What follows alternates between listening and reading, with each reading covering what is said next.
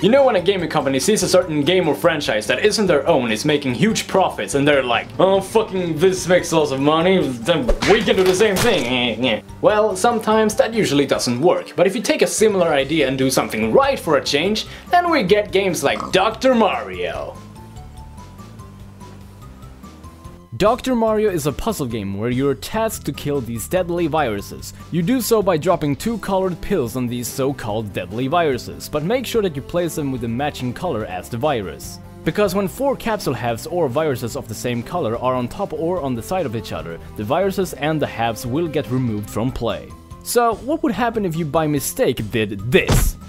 Well, you will have to work your stupid ass off to get that shit cleaned up. Just look at these trolling motherfuckers. Like I mentioned earlier, this game is very similar to another game, and if you haven't figured out which game I'm talking about, then you can go ahead and burn in the fire. I'm of course talking about Tetris that got released in 1984. The game was a huge success and it's still being played even to this day, but we're not talking about that addicting piece of amazing shit. 6 years later, after the release of Tetris, Gunpei Yokoi, the guy who created the Game Boy, thought that it would be a splendid idea to take this idea and make a game of its own. And it worked! It worked so much that I wanted to make a video about it. I mashed the little bastard in and waited for the magic to happen. But why did this almost a clone game get such positive reviews? Is it because the gameplay is good? Yes. Is it because it's addicting? Yes. Is it because they slapped Mario's face on what could have been a regular puzzle game? Probably yes. Don't get me wrong, this game is great, and I believe it still would have been a great game if Mario wasn't copy-pasted onto it. By the way, does it look like Mario is giving a flying fuck about what's going on in the game? He throws the pills so nonchalantly. I don't fucking know what I'm doing. And when you lose, he's like, I don't fucking know. Also, is this Mario's solution to every disease out there? Throwing pills at him? Is it really that effective?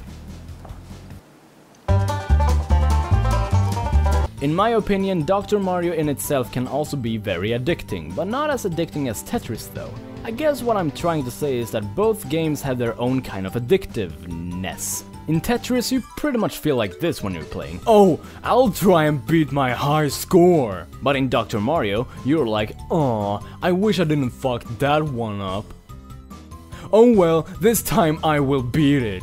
You can decide the difficulty on the game as well, and by that I mean you can only decide which falling speed you want on the pills. You can also choose which level you want to play. The first level only has 4 viruses on the field, but if you turn it up to level 20... Oh my god! By Baldur's balls and Thor's titties, it's a clusterfuck! There is also a 2-player mode, but sadly I don't have my friend to play with me this time, because he and I have some things we need to discuss. You may think that this game looks like it's difficult and, well, if you happen to make just one small mistake, then things can get pretty hard. But believe me, once you've given the game an honest try, you will get more used to it.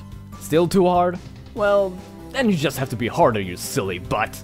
Dr. Mario is a great puzzle game if you just so happen to grow tired of playing Tetris all day long. I highly recommend you to get it in any shape or form. It has been released for several Nintendo consoles, so any of them works. Remember kids, don't drug and drive.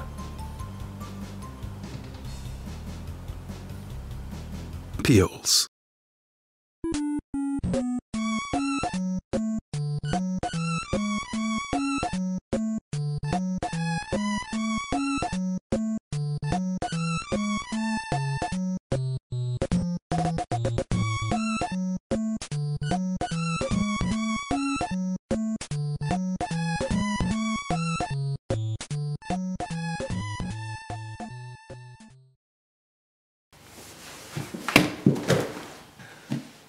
Ow!